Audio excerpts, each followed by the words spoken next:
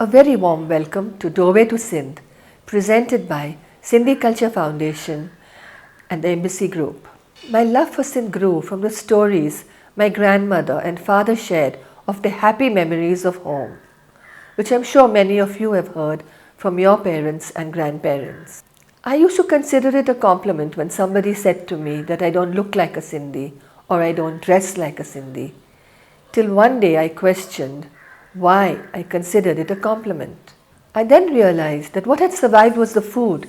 I knew nothing about our material culture from which we were divorced. That is when my journey to discover Sindhi history and culture began, as I unwrapped the negative perceptions and embraced my rejected identity. We invite you to Doorway to Sindh to join us in our journey to discover Sindh's rich history and culture. 1 week at a time, we will bring to you videos in conversation with eminent scholars, artists, musicians, and poets. You will see images of Sindh's ancient sites, monuments, architecture, textiles, and craft traditions from antiquity. We hope that this glimpse inspires you to discover more about Sindhi history and culture. I am Aruna Matnani, a proud Sindhi. Thank you so much, Aruna ma'am. Namaste, Lashari sir. It's a joy to meet you again. And once again, welcome to Jansen sir as well. So I'm Professor Vidya Tewani. I'm doing my PhD from the Department of English from SNDT Women's University in Mumbai. And my proposed thesis is on post-partition Sindhi identity through a reading of select literary texts. I feel privileged to introduce our esteemed speakers for today, Dr. Kaleemullah Lashari and Professor Michael Jansen. So, Dr. Kaleemullah Lashari is an archaeologist, historian, and author. In March 2019, the government of Pakistan awarded him the Sitara Imtiaz, the third highest honor and civilian award in Pakistan. Born in Larkana in Sindh, he obtained a master's degree in arts and a doctor of philosophy from the University of Karachi. In 2002, Sir received a DAAD postdoctoral studies fellowship in Islamic period archaeology at the Islamic Art Museum, Berlin, Germany. In 2006, Sir received a postdoctoral fellowship from the University of Wisconsin, Madison, United States. He occupied administrative posts in various provinces of Pakistan and retired in the year 2013. Sir continues to work towards the preservation of the cultural heritage in Pakistan and is a member of various boards and committees that protect the physical heritage of Pakistan. As a scholar of applied archaeology, Sir has written many books on archaeology, history, and literature. His recent book, Something of the Past, is on the Mohenjo Daro. Thank you, sir, for agreeing to be with us here today. Thank you very much for having me. Thank you. Our next speaker for today is Professor Michael Jansen. Professor Michael Jansen is a German architectural historian and archaeologist. He moved to RWTH Aachen University in 1968 and studied architecture and building history in 1973. In 1974, he went to the University of Rome for further studies, where he studied building history and archaeology. In 1976, Sir studied South Asian archaeology at Delhi University and the Archaeological Survey of India. From 1978 to 1987, Sir was in collaboration with Gunter Urban Project as a leader of DFG research project on Mohenjo Daro. Jansen, sir, has been a university professor for urban history. Since 1994, his research interests include the Indus culture, especially Mohenjo-daro, colonial architecture in South Asia, archaeology, and architecture in Southeast Asia.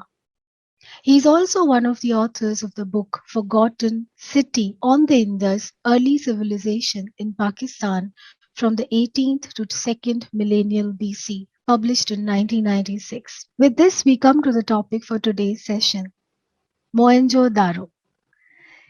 In the most recently published book, My Sindh, written by Shakuntala Barwani, Dr. Meera Rai Singhani introduces the young readers of today to Mohenjo-daro. As she writes, prudent urban planning and sanitary arrangements, thriving trade and commerce, and all the amenities necessary to sustain a prosperous community, jewelry, clothes, artistic pottery, beautiful utensils, and decorative glasses. The Sindhi expertise in trade and business, the hallmark of our community, was present even in our earliest ancestors. The arts and artifacts found at Mohenjo Daro will introduce the researcher to the glory that was Sindh, that is Sindh. On this proud note, we welcome you all to the session Mohenjo Daro. We invite our speakers to tell us more about this phenomenon that we know today as the oldest civilization, the remnants of which have continued to intrigue all alike. So, my first question is fielded to both of you is what was your first emotion? And we want to know your emotion when you first saw Mohenjo Daro. To see the question and its simplicity and to have a direct answer to it would be really great because when I first saw Mohenjo-daro, as I do recall, it was very young days. I was in class 2 when I was taken to Mohenjo-daro by my school.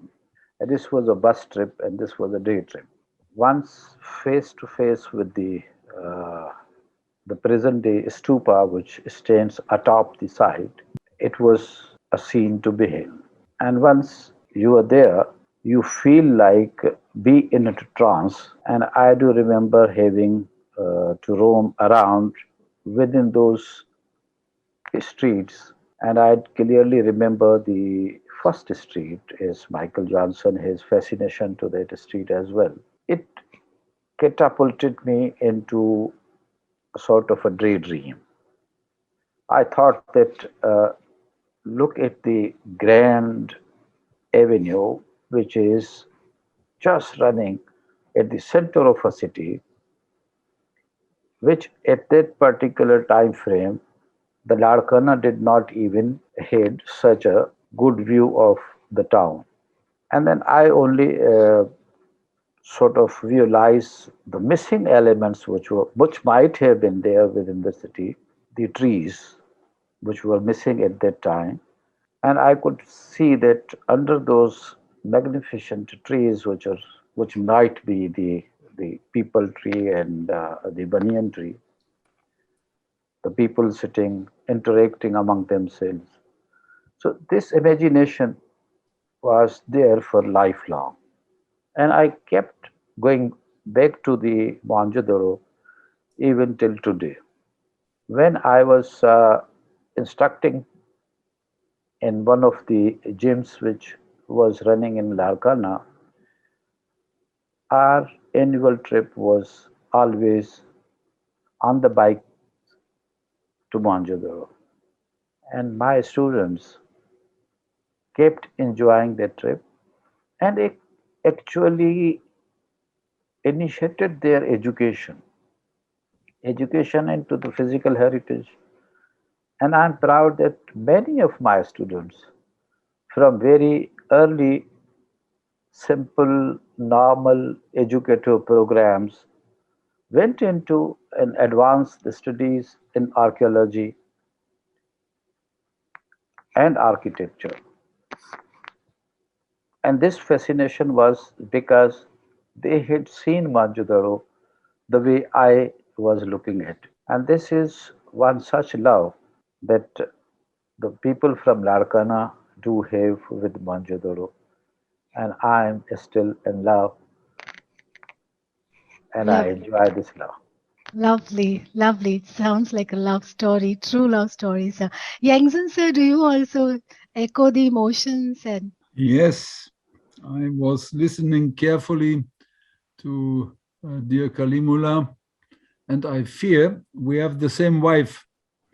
Of course, also my wife, no, my love was with Mohenjo Daro the moment I arrived. I give you a little story about that. I was a young student of architecture and I started 1968 and congrats that you have so much details of my life. It's wonderful. I forgot some. In those days, architects used to travel around the Mediterranean to study classic Roman architecture. Of course, North Africa, Syria, Rome, Italy, and so on. But since middle of 60s, movements were towards India. So I also wanted to travel to India, and we wanted to go by Volkswagen bus, but finally I ended up alone, 3 friends, 2 left, and I was left alone. I took my rucksack and I went by bus from Frankfurt to Tehran, and then from Tehran to Afghanistan, Herat, Kandahar, Kabul, and then passing through Khyber to Peshawar. And from there, I took the Khyber mail down to Lakhana, and from there to Mohenjo Daro. And I will never forget, I arrived 3 o'clock in the morning, it was night. And this was a little railway station, Dokri, and there was a waiting room, not very hospitable, but there was a big book. So waiting for the dawn, I looked into that book, and I hope this book still exists, because whoever had been waiting to go to Mohenjo Daro had registered there. Sir Mortimer Wheeler, Van Lohuizen de Leuf, all chins, call all big names in archaeology, they had sent their comments in this book. So my time passed fast, and I took a tonga in the early morning, and as Kaleemullah said, you have the eucalyptus trees, the smell of the morning, this cool air, fresh, and sun rising up, and I saw the stupa and Mohenjo Daro. Yes, and that was a beginning of a story in which I think we all are still, with the depth of our heart, involved. And this does not only account for Sindh, for Mohenjo Daro. From my side, it's for Pakistan, also for the Indian subcontinent, the 2 years in Delhi, where I was. And I remember my first walk through the ruins.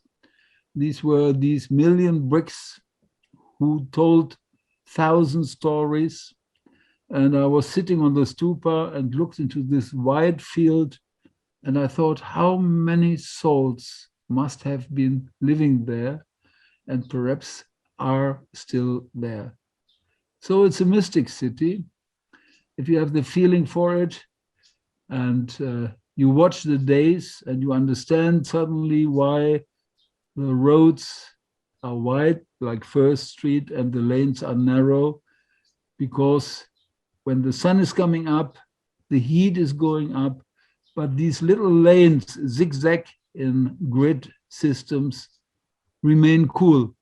So it is a city which also was built already 4,500 years ago in an ecological way, you can say. Mm-hmm. And so I was so much inspired. But then being an architect, I of course started, I had my maps brought from Marshall and Mackay. I compared and I saw big problems. And maybe you still remember in 1973, that was 3 years later, Zulfikar Ali Bhutto had the first international conference on Mohenjo Daro, where Prince Mikasa was there, the Queen of Jordania, the world prominence. And this was the beginning of this big UNESCO campaign, Save Mohenjo Daro, which then in 1979 started. And maybe you are aware that in 1980, Mohenjo Daro was placed on the World Heritage List. Mm-hmm. And since then, of course, the world awareness was concentrating on Mohenjo Daro and the Indus civilization. So from then, it was always a mixture for me between my love, my feelings, and my brain, my head. And when we started in 1979 with our big research project, we had sometimes 18 scholars from Italy, from America, from Germany joining us. And in the beginning, we had no electricity, we had no facilities, we stayed in tents, and after 6 o'clock, when the night was coming, the jokidars were sitting with their flutes, and the watchmen were controlling the camp, and we heard the hyenas in the back. And Oh, when the moon went up, you cannot be imagining. It was another world. And here we are in between the Western world and the world of the other worlds, including that of civilization 4,500 years ago, but with the spirit still alive alive. in whatever we are. And here we are, and we want to transfer this feeling. Kaleemullah and I, we did our best for you all to see how beautiful it is. Yes, you've reintroduced this to us as a muse, as a mystic site, you know. So Kaleemullah sir, taking it from what Jansen sir has said about the architecture, and so much has been said about the architecture of Mohenjo Daro. Sir, would you like to throw some light on it to a non-scholar, someone who kind of takes a Tonga, as Jansen sir said, and wants to see Mohenjo Daro? Would you like to throw some light on its architecture for that person, sir? Uh, as far as the architectural intricacies are concerned, uh, Dr. Jansen is a fit person, and I'm sure that he will give us such a spirited tour around the architectural developments which took place in such a site, which was there at least for 700 years. And its inception as a Mohenjo-daro, as a city, as it stands today in its mature, perfect form, is something which has to be discussed in detail. But the question, the question is, how would we describe the Mohenjo-daro's architecture to the students, to a layman? Yes, you see, the question is simple and the answer is very simple. You just have to imagine that you are talking about a town which was there around 5,000 years from today. So, realizing this fact that you have pushed yourself back, imagining how the people living 5,000 years ago could possibly have the understanding of the urban habitat, which would be actually providing all the facilities which a population might be requiring. When we are talking about Mohenjo-daro, a city which is very well supplied with all sort of facilities which a city should have. Today's town planners are haunted by this single fact that how to develop the water supply system of a city, how to arrange for the severe, severe to get out of the town without hurting its the social fabric and without hurting its health conditions. So when we look at all these aspects, then it is simple to say that it is a town which was planned and planned very progressively and with forward looking insight and executed. So the town which has as its basis a huge platform and a series of platforms on which the town stands. Understandably, when you are talking about a town which is by the riverside or which is on the floodplains, so the floodplains are a very fragile area to have a town stand by it because the rivers are having their own characters. They are not controllable by normal conditions. You have to be very ingenious to negotiate with these mega natural phenomena. You see, the nature is one of the providers of everything and the curse of everything because the populations which lived in the ancient world had been fearing the nature, loving it and fearing it as well. So the rivers were the feared element also They were the life-giving and life-snatching elements. Now you are situating yourself on the floodplains. You need to know the character of the river. You need to know the breadth of the river. You need to have the idea of the bounties of the river. So these are the facts which are totally reflected in single town when we look at it. It is something which seems to be the triumph of human understanding of the nature of a river. Lovely. Triumph of human understanding of the nature of river, respecting Mother Earth, and then also live peaceful coexistence. I mean, really something that one would want to talk about in today's pro-environment, pro-development debate. So thank you for this wonderful response. Now, taking it from here to Yangzhen, sir. Sir, since 1980s, as you said, you've gone with your maps, with your studies, and you've looked at Mohenjo Daro, more as a scientific site also. Could you share with us like some 5 FAQs, frequently asked questions or lesser known facts, about the Mohenjo Daro? Yes, as an urban historian, of course, this city has fascinated me always. I came across the observation when I study it within the Indus civilization, it's very difficult to understand. I will give you the major attributes which make it a very significant and highly individual city compared to others. And here we are. We only can compare it once we understand the other civilizations. And for those who are not familiar with this, we are in the 3rd millennium. That means 5,000 years ago.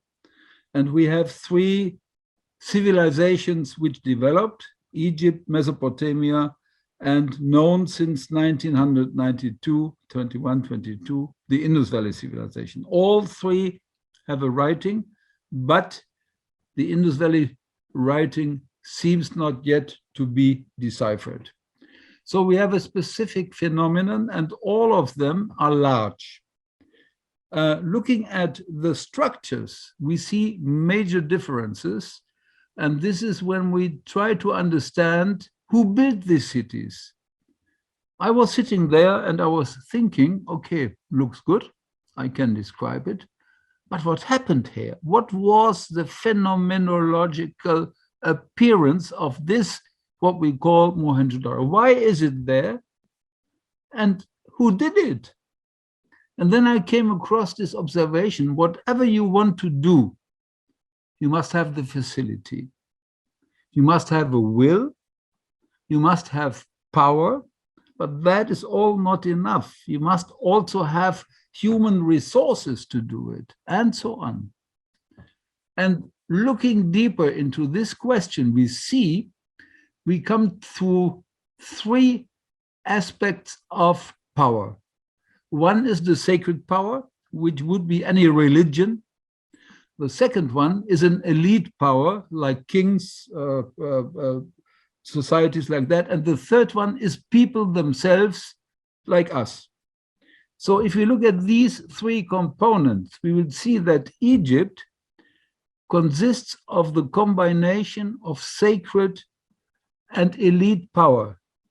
The pharaoh was God and king at the same time. The consequence in architecture is the pyramid. The pyramid is a huge building where 10,000 laborers work 20 years to build a tomb for only 1 person. Now, if you look at the Indus Valley, we have no palace, we have no temple which we can identify, but we have big cities. If we come back to these 3 power elements, there seems to be not a very well-developed religion, priests who are dominating. We have no indication. We have no elite who, like big buildings, big figures and so on, present the elite, but we have Mohenjo Daro. And what is Mohenjo Daro? It is built out of millions of bricks. And now we compare again to Egypt.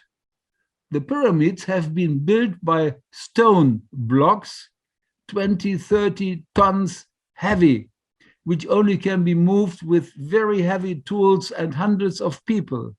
What do we have in Mohenjo Daro? We have a simple brick, a brick which you can hold in one hand. And if you look at it, and that is what me fascinated, in Germany, we have the same brick today, which they developed 4,500 years ago. It is the optimized final product of prefabricated technology. The brick 1 to 2 to 4, you can add in all directions. It's easy to handle. The material comes from the soil. And when we want to interpret that, this seems to indicate that we have a complete different socio-economic political behavior here, which created this phenomenon of Mohenjo Daro, but also of the Indus civilization. And you see, when I look then at this city, I must say, with its wells, more than 700 wells for water supply in the city, with a perfect drainage system for sewage, which we even did not have in the 19th century in Europe. We didn't have it. I have to say, this was a modern society. These were people who were able to organize themselves for themselves, and that this is a complete different appearance of civilization compared to the other ones. And this is something which, again, is impressive. If you see the quality is in abstract technology, optimization, and modern approaches, maybe even ecology. Mm-hmm. And you see, then we look at the city with different eyes, and we try, as Kaleemullah very rightly said, we try to understand it into a interregional network where the nets are the connectivity lines, most of them waterways, and the knots are the settlements, where we have a hierarchy of settlements, of course, maybe a capital which could be Mohenjo Daro, and other cities who supported this complicated interconnectivity system which created this civilization to survive for 500 years. And you see, this is what we have to learn to understand it from the phenomenological aspect, from a top-down and not only bottom-up, which would be, for example, the ceramic interpretation. But now we are very technical. Sorry. Thank you. Thank you, sir. So we gather that this phenomenon, as you said, was respected the environment, and it had a society that was made of equals. It's also written that the streets did not lead to a palace, but they were intertwined, and it was more of a community feeling. Now, taking from there, we've talked about its structure and its architectural wonder. Lashari sir, my question then comes to you, and then we come back to Jansen sir for the same. So what do you have to say about the trade at that time? It does say that there was trade. So could you talk about that? Yes, the trade, yes. When we think of trade and we measure the trade in terms of the distances, and we think that the physical barriers like the mountains, the deserts, and the rivers and the oceans might have been a hindrance to the trade which was there. So we presumably associate the trade with ancient societies, which is nearly self-contained, and it is limited to a shorter or smaller region. But it is not the way the things were. These people had learned to exploit the hindrances and restrictions to their advantage. So they did very clever things by associating their own regional characteristics and turn those things into the products, which could be very much promoted into the allied regions and the distant lands. And this way, they were sufficiently assured of the fact that these items, since these belongs to the productions from the very natural things which were associated to their region, could not possibly be had in the other regions. So this was the way that they looked at the opportunity, and they went into a headlong production system, and then they made those things which had the value, which had the value, much more value when it was distant from their own region. So they used the ocean for transportation. This Indian Ocean basis was one of the easiest to them, very nearest to them to be used. And then they went ahead by taking their productions, which were very peculiar to their region, which were the peculiar to the mineralogy of their region. These were peculiar to the agriculture of that region, and they produced items and then brought these back to the civilizations which had no advantage of such a similar agriculture or the mineral capacities. And the first introduction to the Indus civilization actually comes from the excavations which were taking place in the Western Asia, in Iraq, that is called the Mesopotamian cultures, and the items which were unearthed at Mohenjo Daro were published in the Illustrated Weekly of London. And the first comment, the very next week, the letter from a professor was published in the same daily, same weekly, which brought attention of the excavators of Mohenjo-daro to the fact that these items, which were excavated from Mohenjo-daro, were found related to the items which were there in the Mesopotamian archaeological investigations. So this gave the clue to the real dating of Indus civilization at that earlier times, and people realized that these regions were associated in long distance trade, and this is one of the characteristic of the Indus Valley people, that they exploited their mineral resources, they value added to those minerals by turning into the items and bringing those items to the societies, introducing these items to them as novelty and getting back the riches of that civilization back to their own region. So this is the basis of the trade system which was there, and the details can be added to it, which were the items basically which went there, and vice versa. But it is not of much importance. But the basic thing is that these people thought it very intelligently, True. that these things which were with them and which might not have been valued as much in their own society, but these could possibly fetch much interest and much value when these are brought from outside from this their own regions into the other regions. Marvelous, sir. So this kind of exchange was also happening, and as you said, it can be corroborated with the evidence, the physical evidence that we have.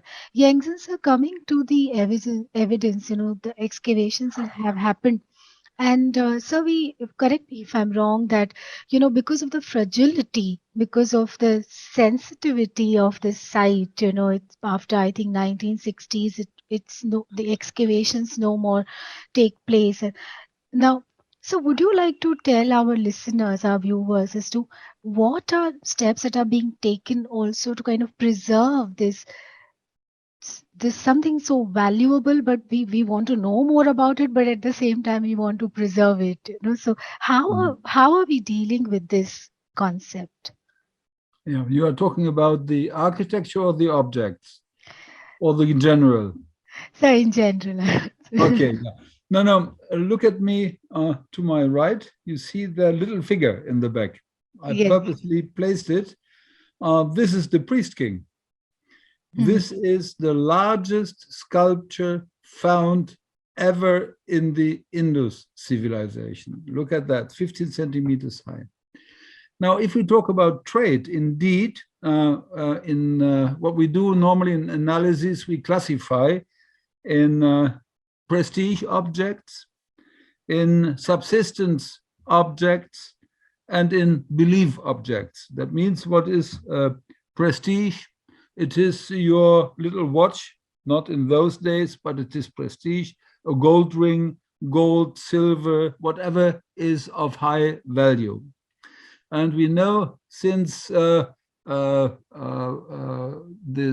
millennium that through the accumulation of surplus, societies developed a surplus which was invested in prestige.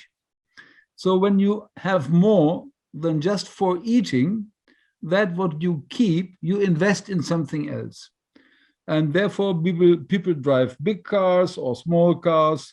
They have a big house or a small house. You see, that is all a question of accumulation of surplus. The subsistence question is that you have to survive, you have to eat, and so on and so on. And of course, the belief would be everything which has to do that religion till today is an immanent part of the complexity of society.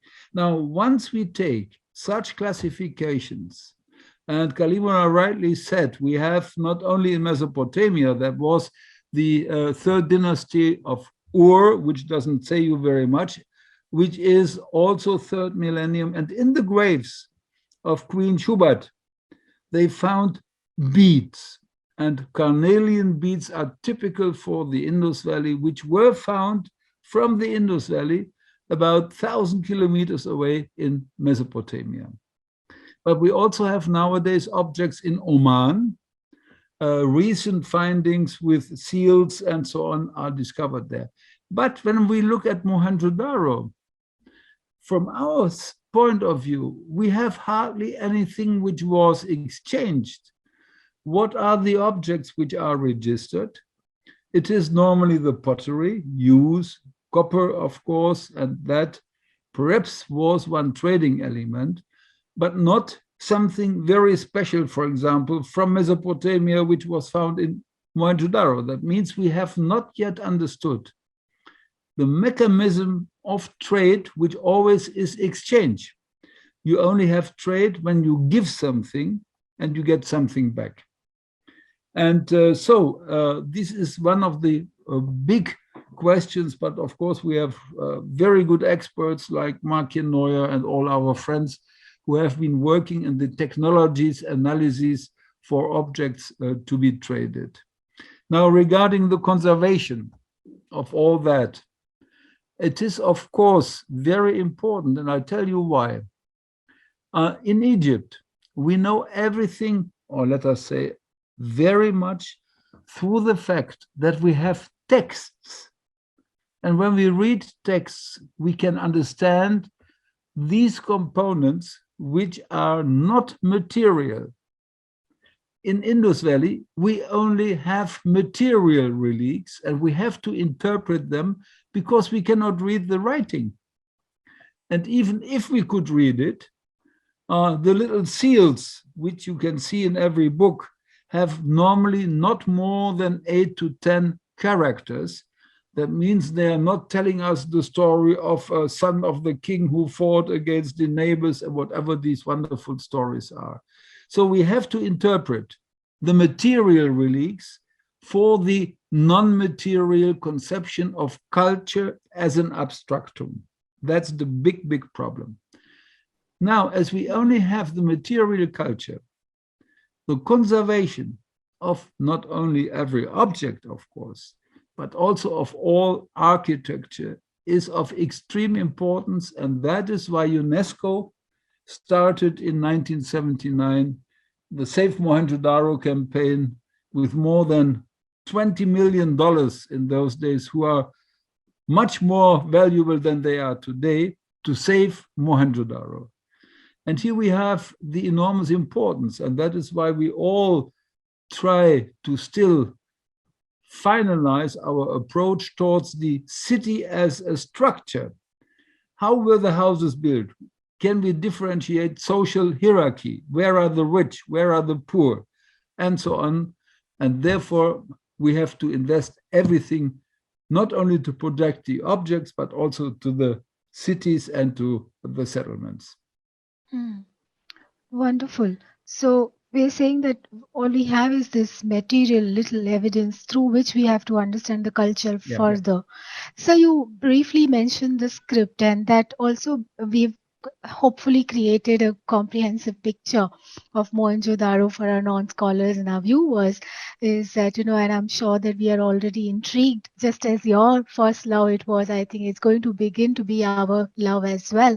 And that takes us to our last area of inquiry, or rather, exploration, is the script. Lashari sir, what are your views on this, on the script? I think we are also looking at keeping a digital archive of it. So could you throw some light on that? Basically, as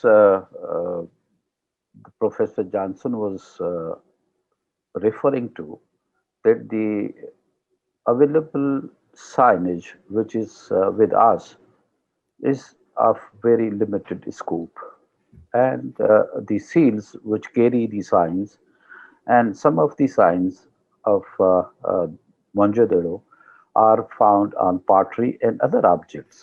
So these are very stray signs which are found on the other objects. But systematically, these are available on seals. And when we talk about the seals, we must understand that the use of seals is of a very typical nature. When we look at the signage, the characters which are there, each one of the character is mostly drawn on the seals, is drawn in a very perfect manner. It indicates it the mastery of engraver, who must have the basic understanding of the script much, much better than what we otherwise think. Mortimer Wheeler, while describing the seals, he put it in a way that these are the miniature masterpieces of art. These are so perfectly drawn characters, elements, and the script, that which actually makes us understand that the society was learned. They could use these signs and write it perfectly in a uniform manner at a very long distance. The Indus civilization is spread to a very larger area, if we presume that the region which is starting from the frontiers within, very well within the Afghanistan, and coming to a much broader base, in going to the Gujarat, Kathiawar, and then the upper northern regions of Bharat and Pakistan. So this is a huge area, a very huge spread. And these signage, when these were drawn with such a confidence and perfect manner, were drawn for some people to understand, for somebody else's understanding and interpretation. That means you need to have the larger audience for it. So there might have been a great training gone into it that was related to a system of education or training, which must have been a very organized throughout this whole region. So, first fact. Second is that this is the only part which has come down to us, that is the seals. There might have been a possibility of writing the longer text, say on the cloths, such a perishable material, but that might have contained hundreds and hundreds of signages or the alphabet or these characters which are there, and that is not no more available to us because of the nature of the weather and the conditions Mhm. within this region, Mhm. and also keeping in view the fragility of the material itself. So there might have been such thing. So we cannot limit our imaginations Lovely. just only to the similar size of the seals, and but looking at the fineries of the seals, I must presume that it was not meant for a very limited audience.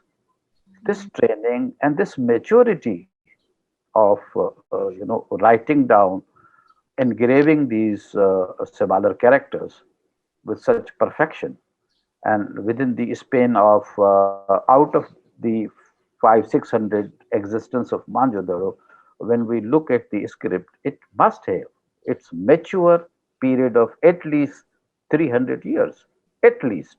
Mhm. So the mature characters are very much identifiable, and they carry their character. Each character has its own identity and it is carried. This is the reason that the scholars in the script have identified, named, and numbered these. And Mhm. beginning this, that the characters have been numbered and identified, we thought that we should provide the digital uh, portrayal of these characters so that the scholar should be able to work digitally and on the computer, working on various combinations and bringing the some sort of a better understanding into the nature of its portrayal. This was the reason that we among ourselves considered and brought the question of a script again. And despite the fact that many of us were skeptic that no more scholarship is available and is possible in the script because it was considered a closed chapter after some 100 good attempts at decipherment of the script, and which were not unfortunately which were not successful, but still we thought that there could be another way of looking at the script. Why Mhm. shouldn't we go and find some other system of inquiry, giving more meaning to the things which are otherwise not being considered? As Michael Jansen was saying, that we have to look for the other avenues of inquiry. Mhm. So this same thing, same approach brought us together in 2000, last, 19. I think, 19 years. Thank you. So this was that we got together and we considered, and there are some very good papers regarding the understanding of the script and its portrayal and correlating things from this point of view to the assigning some sort of meaning. And I think that this type of inquiry will go further when we, as Michael Johnson's lead, that we are planning to publish the field books, and Yeah. these field books will provide us with a better understanding of the sequence and strata of the Fine. finds of the seals and the placement. It will bring better understanding Yes. to interpret the importance and relevance of seals itself, and it might lead us and the other scholars into better understandings of the application of these signages, So there is a vast world to go around, and Mhm. we believe that it is the beginning, and we have to go a long way. Lovely. Thank you so much, sir, for this comprehensive response. That this muse continues to broaden our horizons, allure us, and we continue to kind of explore it further. So, this brings us, for lack of time, also to our first round for this session. May I just add one short Sure. remark to this wonderful uh, exposure of Kaleemullah Sahib? We have hope. And this is, Kaleemullah, you mentioned it already in the 20th, when the connection with the Indus Valley and Mesopotamia was discovered through Sain and other experts, Oppenheim, that there is still a hope that we get one aspect which would immediately help us to understand. It is what we call the Stone of Rosette. And you know, in 1819, Champollion only could decipher the hieroglyphs of Egypt by having found a stone where in 3 different languages there was an edict which is called the Stone of Rosette. So there was Greek, Demotic, and also Egyptian. Now, there could be a possibility that within the Mesopotamian context, and they definitely had connections, there might be a bilingual text which would help us to come as a key to the Indus Valley writing. And as we have now connections to Oman, to Bahrain, all these states where we have comparative readable text through other languages which we know, there is a hope that we have it, and Kaleemullah, we never give up. Is it? Yeah, he was the one who organized this wonderful conference in Mohenjo Daro 2 years ago on Indus Valley writing, which was very, very important and illustrative. Yes. And the talks of which are also available on YouTube for our viewers if they want to know more about that. And we've also enjoyed listening to them. I want to thank Dr. Lashari sir and Yangzin sir for taking out their time and sharing their expertise with us. We look forward to learning more about Mohenjo Daro now that you have opened this world to us with so much warmth and also kind of informed inquiry. Thank you so much, sir.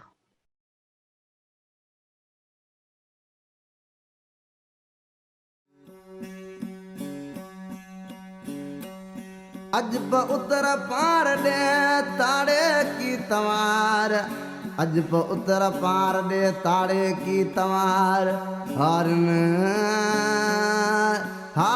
हर संभारा मुझा सरया त्या संकार अजब मुझे यार वसन गावे सकिया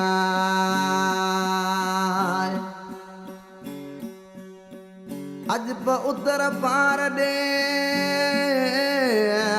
ओ अजब उतर पार दे ककर तो कार करे अजब उतर पार दे ककर तो कार करे वसे तो वड पुड़ियो कालक खंड भरे विजण निशान वरे मुझ सकार सुख दिए